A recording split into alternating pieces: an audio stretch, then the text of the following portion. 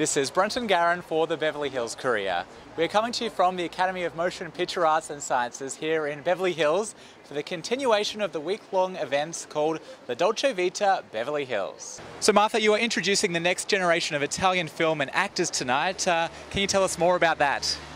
Well, it's very exciting. I mean, I feel so honored that they asked me, number one. You know, I was with a living legend for more than 30 years, and he obviously considered himself American, but also Italian and the best of both, and he enjoyed very much garnering or, encouraging youth that our industry needs new blood.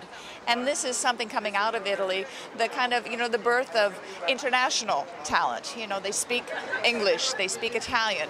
It's not that they're going to, the films have to be transported. Basically, they have to shoot films in both languages so that they will cross the borders of all the countries around the world.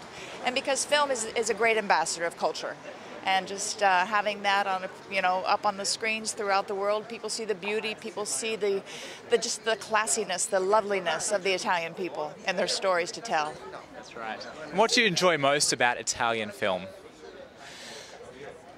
There's a special warmth and a special romanticism and honesty, as well as a tradition. You know, they have centuries and centuries of culture and cultural background with their literature, with their what they've been through, that kind of comes with it's in their blood, and each province in Italy has their own type of personality. So it's always wonderful to see what they come out with, the type of slang, the story they tell, the stories they tell of the past and the present. Not so much in future. They're not really big sci-fi makers yet.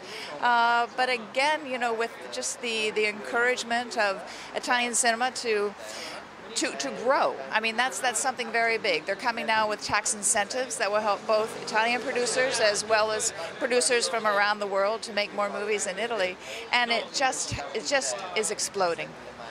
And finally, can you tell us what you're wearing tonight? What I'm wearing? My feet? Okay. The shoes actually are a gift from Salvatore Procopio, and I've never had a pair of handmade shoes like this. I only had one pair of handmade shoes that actually were made in Rome many, many, many years ago for a wedding dress.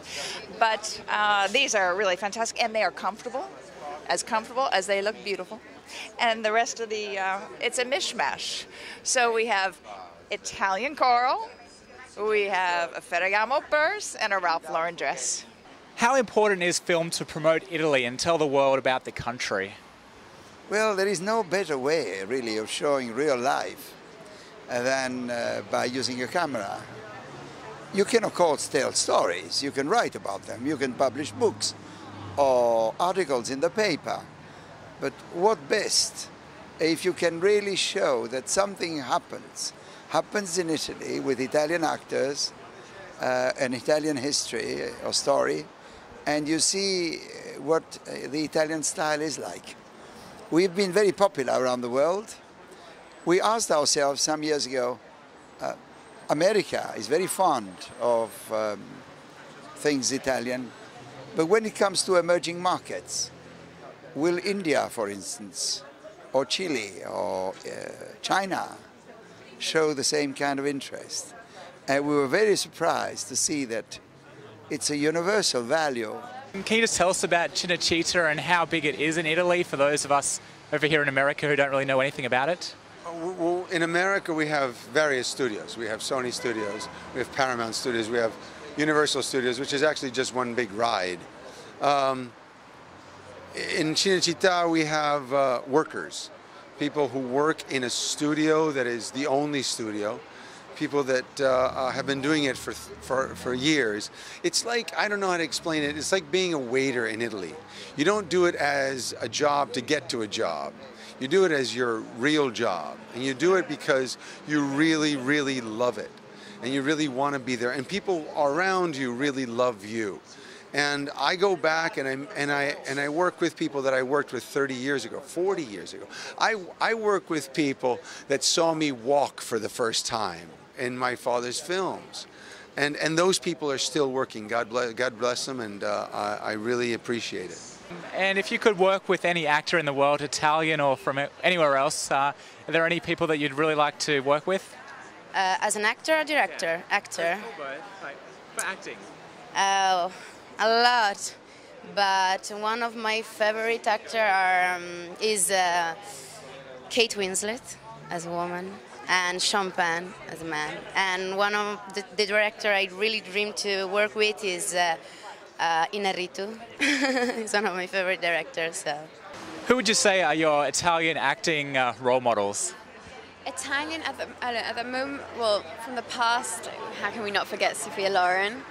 And from now, there's an actress called Laura Morante, who I worked with the first time I had my first experience, and I really look up to her. And do you enjoy attending events like this where people who may not typically watch Italian films can come out and meet you guys and you can spread the word? Yeah, it's amazing. It's amazing. It's so strange. I will be on stage talking to a huge audience, strangers, you know, American people, and I don't know what to say. It's so strange that they are here to see something in Italian style, and I am honored, really. It's interesting. It's different than, you know, American cinema. You know, it's so sexy and romantic, and you know, just really enjoyable. So I'm happy to come out and support. Sean, I hear you have a big following in Italy. Can you tell us what that's all about? Well, I was fortunate enough to work on The Bold and the Beautiful for almost 5 years. The Bold and the Beautiful is, you know, it's very popular in Italy. I also lived there for the better part of a year while I was doing a film, and I also was on Ballando con le Stelle, the Italian version of Dancing with the Stars. And so, you know, for me, Italy's really become kind of a second home. Right, Melissa, we're here tonight celebrating Italian film. How do you think it's influenced what's created here in America? In so many ways.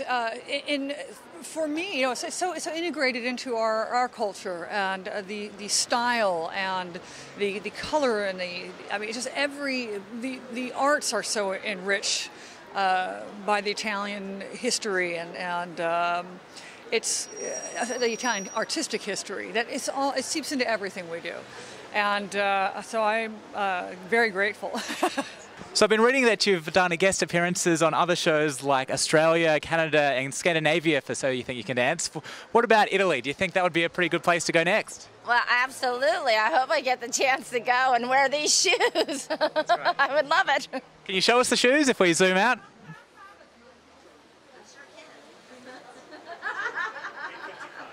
So Sasha, you were born in Johannesburg, raised in Las Vegas, and now you live in LA. When did you decide you wanted to get into show business? I started when I was 4.5.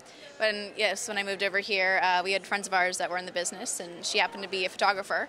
And her son was in the business, and so she took photos of me and sent it to their agent. And I mean, that's, you know, and the rest is history. But I've always loved it, always have. Knew that I never want to do anything else.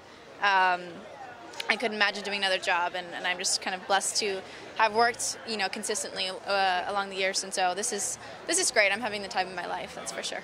Excellent. And you're currently starring in the new X-Men First Class that's in cinemas. Tell us, what was that like? It was a lot of fun. Yeah, I mean, I got to turn down a guy.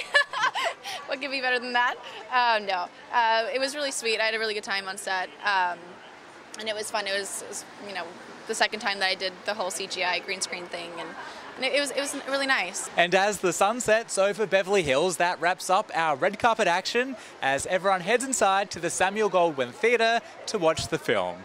This is Brenton Garron for the Beverly Hills Courier.